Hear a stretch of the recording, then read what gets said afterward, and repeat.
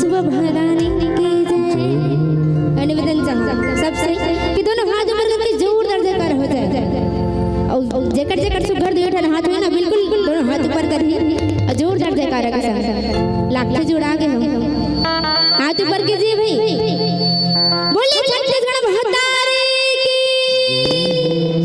जय। कहा तो ते बदाम नहीं है कोनो कोनो कहा थे हमला का करे बरे सुनत नहीं है गए कबो तबो के ऐसे जयकारा लगाओ कि कम से कम यहाँ तक हमार मन तक सुनाए है ना। आइए बोले छत्तीसगढ़ महतारी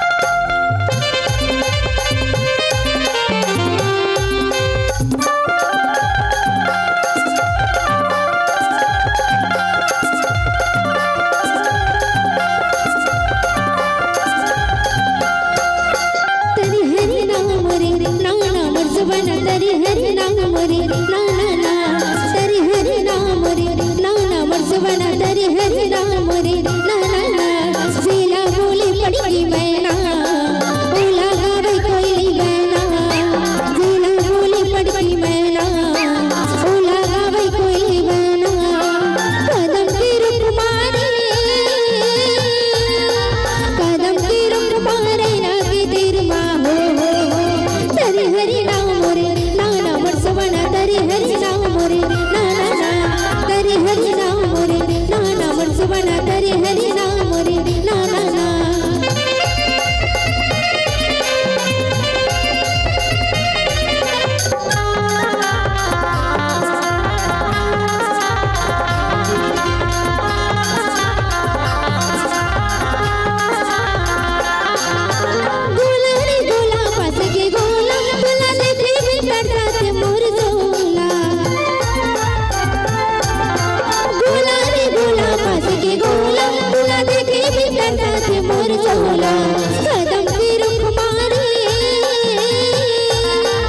कदम के रुख मारे ना के तीर पाहो तरी हरि राम रे नाना मनसवना तरी हरि राम रे नाना ना तरी हरि राम रे नाना मनसवना तरी हरि राम रे नाना ना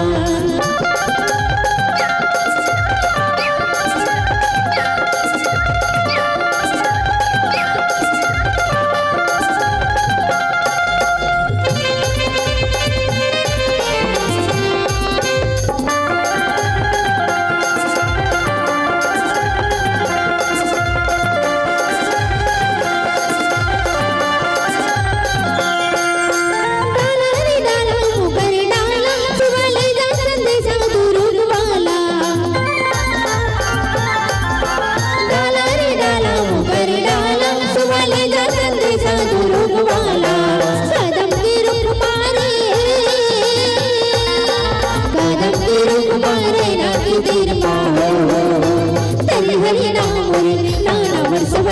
हरि राम रे नाना तरी हरि राम रे नाना मनसवना तरी हरि राम रे नाना तरी हरि राम रे नाना मनसवना तरी हरि राम रे नाना तरी हरि राम रे नाना मनसवना तरी हरि राम रे नाना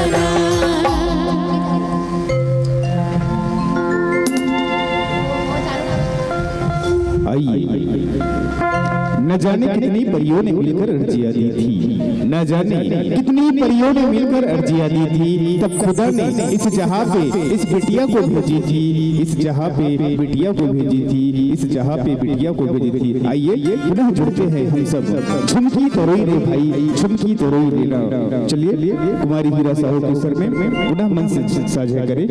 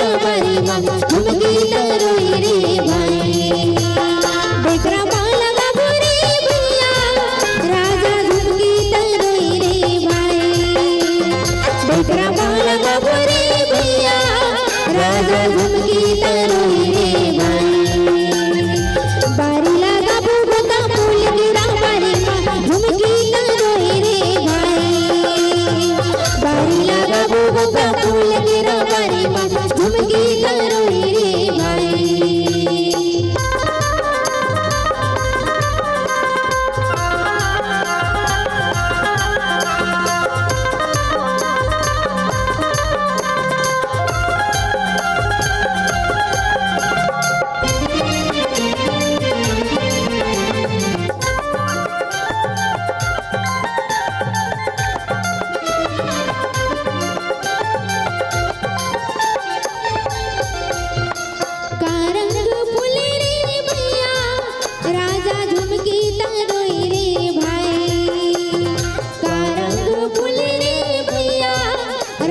झुमकी तरोई रे भाई करंग फूले गोता फूल गिरा बारी माँ झुमकी तरोई रे भाई करंग फूले गोता फूल गिरा बारी माँ झुमकी तरोई रे भाई करंग फूले गोता फूल गिरा बारी माँ झुमकी तरोई रे भाई करंग फूले गोता फूल गिरा बारी माँ झुमकी तरोई रे भाई आइए, ना मोटर कार चाहिए ना इंतजार चाहिए, ना मोटर कार चाहिए ना इंतजार चाहिए, हमें तो ये पावन धाम गुल्लू का वो संस्कार चाहिए। और बेटी के बन के कार्यक्रम बने लागी सोही तो आप सबके ताली का प्यार चाहिए, आप सबके ताली का प्यार चाहिए। बारिश में छातों की तरह होती है ये बेटियां, बोझ होती है बेटियां। आइए पुनः सुहा महारानी से जुड़ती है। कुकरा बासा थे का बासा थे आवो दीदी के स्वर में हम सब समझन। और मैं पुनः प्रणाम करूं इस पावन माटी के, इस पावन धाम के सभी बुजुर्गों को, माता पिता को, सभी भाई बहनों को। आइए मंच से जुड़ते हैं पुनः कुकरा बासा थी। बोले सुहा महारानी की जय, बोले छत्तीसगढ़ महतारी की जय।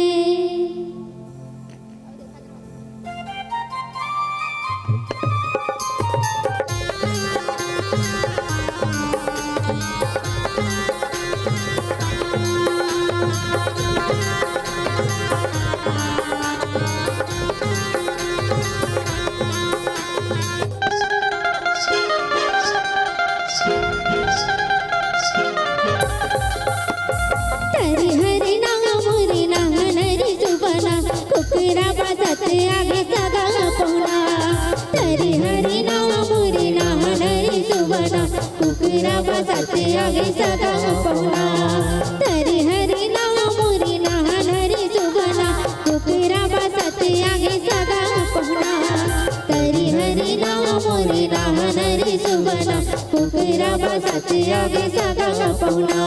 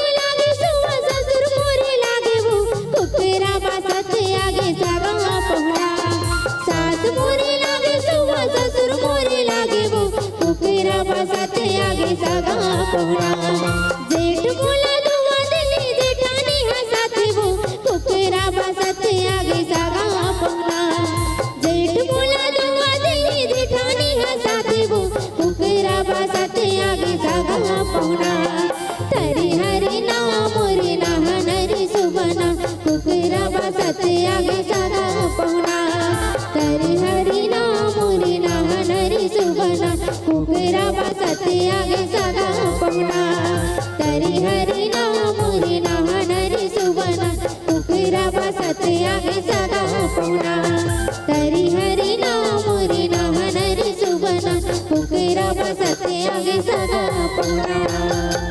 बोले छत्तीसगढ़ महातारी की